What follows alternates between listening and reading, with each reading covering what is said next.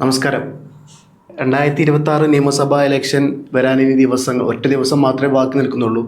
ആ സമയത്താണ് എല്ലാവരും ആകാംക്ഷയോടെ നിൽക്കുന്ന ഒരു കാര്യം പുറത്തു വരുന്നത്. മറ്റൊന്നുമല്ല, നമുക്കറിയാം ഇപ്പം കോൺഗ്രസിനെ സംബന്ധിച്ചിടത്തോളം കോൺഗ്രസിനെ നയിക്കുന്ന തകർന്നടിഞ്ഞിരുന്ന കോൺഗ്രസിന് ഏകദേശം 10 വർഷത്തോളം പ്രതിപക്ഷത്തിരിക്കുന്ന, കേന്ദ്രത്തിൽ ഭരണമില്ലാത്ത 1885 മുതൽ പ്രാബല്യത്തിൽ വന്ന ഒരു കോൺഗ്രസ് എന്ന് പറഞ്ഞൊരു പാർട്ടി, അത്രത്തോളം പുരാതനമായ, അത്രത്തോളം കഴിവുള്ളൊരു പാർട്ടി ഏകദേശം 10 വർഷമായി കേരളത്തിലില്ല. കേരളത്തിൻ്റെ പ്രത്യേകത നമുക്ക് നോക്കറിയാം. ഓരോ 5 വർഷം കൂടുമ്പോഴും കേരളത്തിൽ ഭരണം മാറാറുണ്ട്. ആ സമയത്താണ് 10 വർഷത്തോളം ഒരു പാർട്ടി എങ്ങും എത്താതെ നിൽക്കുന്ന സാധനം. പാർട്ടിയിൽ പല ആൾക്കാർ പാർട്ടി വിട്ടു പോകുന്നൊരു സന്ദർഭം. അങ്ങനെ പാർട്ടി എല്ലാം കൊണ്ടും അതിൻ്റെ ശോചനീയമായ അവസ്ഥയിൽ നിൽക്കുമ്പോഴാണ് അതിനെ കൈപിടിച്ചുയർത്താൻ വേണ്ടി ഒരാൾ വരുന്നത്. അത് മറ്റാരുമല്ല, നമുക്കറിയാം, നമ്മുടെ VD സതീശൻ എന്ന് പറഞ്ഞൊരു നേതാവാണ്. സതീശൻ പിന്നീട് അങ്ങോട്ട് നടത്തിയത് ഇപ്പോൾ വലിയ വാഗ്ദാനങ്ങളൊന്നും കൊടുത്തിട്ടല്ല, പക്ഷെ കോൺഗ്രസ് പ്രവർത്തകർക്കുള്ളിൽ വലിയൊരു ആത്മവിശ്വാസം കൊടുക്കാൻ സതീശന് കഴിഞ്ഞിട്ടുണ്ട്.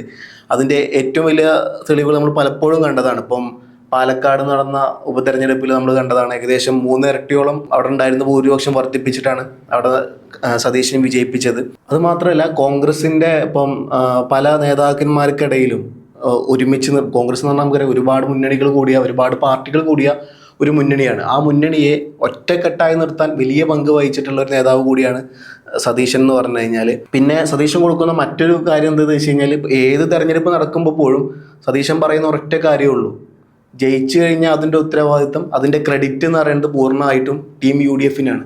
തോറ്റു കഴിഞ്ഞാൽ ആ ഒരു പൂർണ്ണമായ ഉത്തരവാദിത്തം ഏറ്റെടുക്കുന്നത് ഞാനായിരിക്കും എന്നുള്ള തരത്തിലാണ് സതീശൻ കൊടുക്കാറുള്ളത്. അത് ചില്ലറ കോൺഫിഡൻസ് ഒന്നുമല്ല കോൺഗ്രസിൻ്റെ പ്രവർത്തകർക്ക് കിട്ടിയിട്ടുള്ളത്. കാരണം ഇത്രയും കാലം തോറ്റു കഴിഞ്ഞാൽ അങ്ങോട്ടും ഇങ്ങോട്ടും പഴിചാരുക എന്നുള്ള ഒരു ഇതിൽ നിന്ന് മാറിയിട്ട് പൂർണ്ണമായും തോൽവി സമ്മതിച്ചിട്ടുണ്ടെങ്കിൽ അതിൻ്റെ ഉത്തരവാദിത്വം സ്വയം ഏറ്റെടുക്കുന്ന ഒരു നേതാവായിട്ട് സതീശൻ വന്നിട്ടുണ്ടായിരുന്നു. അതിൻ്റെ ഏറ്റവും വലിയ ഉദാഹരണമാണ് പിന്നീട് നമ്മൾ കണ്ടത്. തോറ്റു കഴിഞ്ഞാൽ ഞാൻ 100 സീറ്റ് കിട്ടിയില്ല എന്നുണ്ടെങ്കിൽ വനവാസത്തിന് പോകുന്നുള്ളൊരു കാര്യങ്ങളൊക്കെ.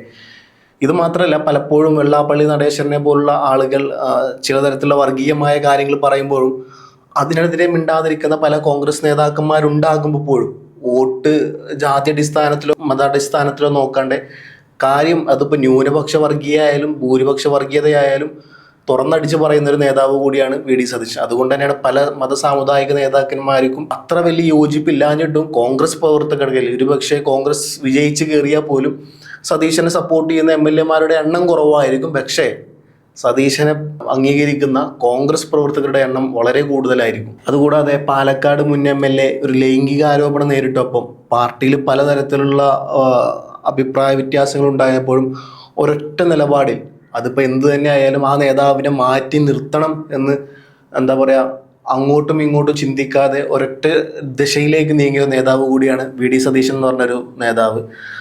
അതുമാത്രമല്ല, ഇപ്പം നിലമ്പൂർ ഉപതെരഞ്ഞെടുപ്പിൽ നമ്മൾ നോക്കുമ്പോൾ PV അൻവർ സ്വതന്ത്ര സ്ഥാനാർത്ഥിയായിട്ട് അവിടെ നിന്നു.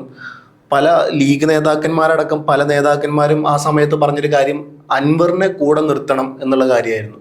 അൻവറിനെ കൂടെ നിർത്തിയിട്ട് ഇലക്ഷനെ നേരിടണം എന്നുള്ള കാര്യം. പക്ഷെ ആ സമയത്തും സതീശൻ തൻ്റെ നിലപാടിൽ യാതൊരുവിധ മാറ്റങ്ങളും വരുത്തിയില്ല. എന്ന് മാത്രമല്ല, മുന്നണിയിൽ PV അൻവറിനെ എടുക്കാണ്ടെയാണ് സതീശൻ ആ ഒരു ഉപതെരഞ്ഞെടുപ്പ് നേരിട്ടത്.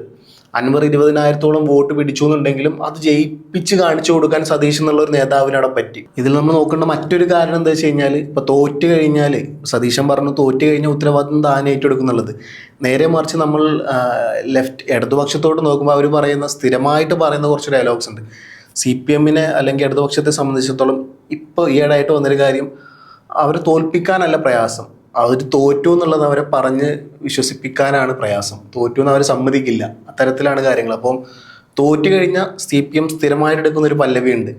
അത് മതധ്രുവീകരണം കാരണമാണ്, അല്ലെങ്കിൽ സാമുദായിക സമവാക്യങ്ങൾ കാരണമാണ്, ജമാഅത്തെ ഇസ്ലാമിയുടെ സപ്പോർട്ടോടു കൂടിയാണ്. ഇത്തരത്തിലുള്ള കാര്യങ്ങളായിട്ടാണ് CPM പലപ്പോഴും വരാറുള്ളത്. ആ സമയത്താണ് നമ്മൾ സതീശനെ അവിടെ വേർതിരിച്ച് കാണേണ്ട ഒരു കാര്യം. സതീശൻ തോറ്റു കഴിഞ്ഞാൽ തൻ്റെ ഉത്തരവാദിത്തമാണ് എന്നുള്ള രീതിയിൽ സ്വയം ഏറ്റെടുക്കും. നേരെ മറിച്ച് നമ്മൾ CPM-ലോട്ട് നോക്കുമ്പം അത് ഈ പറഞ്ഞ പോലെ മതത്തിൻ്റെ കാര്യം വെച്ചിട്ടും അല്ലെങ്കിൽ ധ്രുവീകരണ കാര്യം വെച്ചിട്ടും ആ സാധനം അങ്ങനെ മുൻപോട്ട് കൊണ്ടുപോകുന്ന ഒരു പാർട്ടി കൂടിയാണ് ഇടതുപക്ഷം എന്ന് പറഞ്ഞൊരു പാർട്ടി.